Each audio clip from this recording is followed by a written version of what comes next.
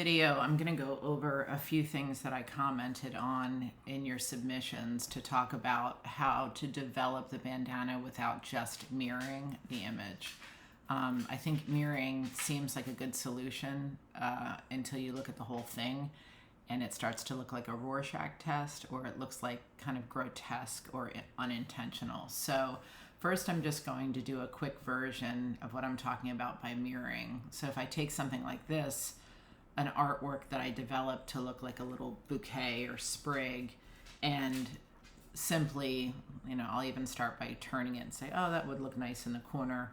And then if I simply duplicate it and flip it, it starts to look like, okay, that's going to be balanced. And then I put it together and then flip it the other way, whether you're doing it in Illustrator, Photoshop, or by hand. I've seen a lot of this where it's just flipped, and all of a sudden the bouquet no longer looks like a bouquet. It looks like some weird digital art Rorschach test.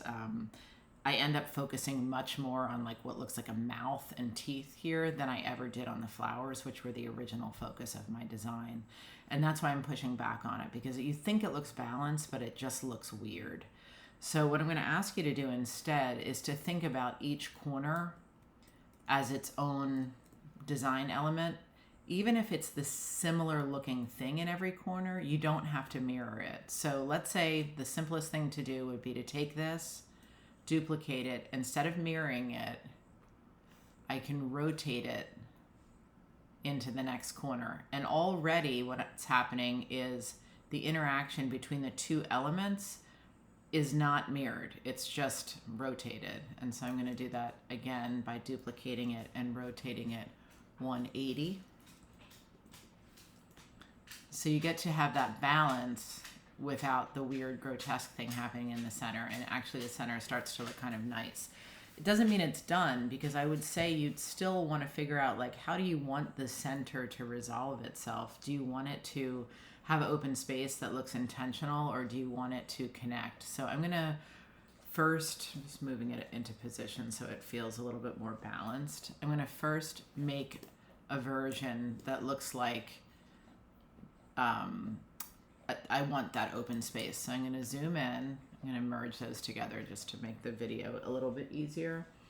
I'm going to zoom in and say, not every stem has to end exactly the same way. I can go in and edit it so some stems are shorter and some are longer.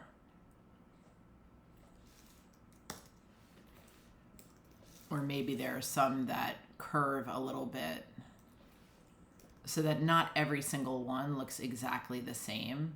Could even play with the idea of having some of them push past the center. So when I zoom out, I start to see how I could tangle the stems instead of just having them cut off like that. And each one could be handled differently, which will give like a sense of intention to the middle instead of just accepting the mirroring as the only thing. The same thing can be done on the edges, right? So each one of these flower bouquets is the same. It's just rotated 90 degrees. I could have started by making 4 different, slightly different bouquets, and then I wouldn't have to do anything. But since I have it this way right now in the video, I'm going to just go in and show you. I could go in and make small changes to the artwork that I have.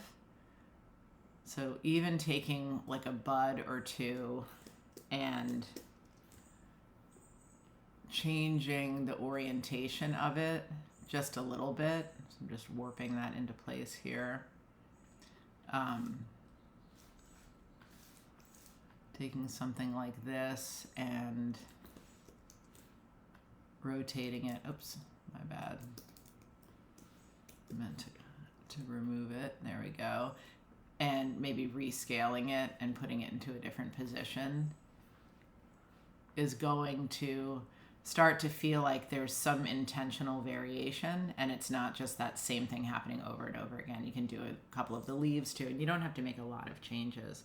But once you've done that to one of them, and rather all 4 of them, then you're going to have this very sort of balanced artwork without that feeling that you just got stuck and ended up mirroring it, which I've seen multiple times this week in homework.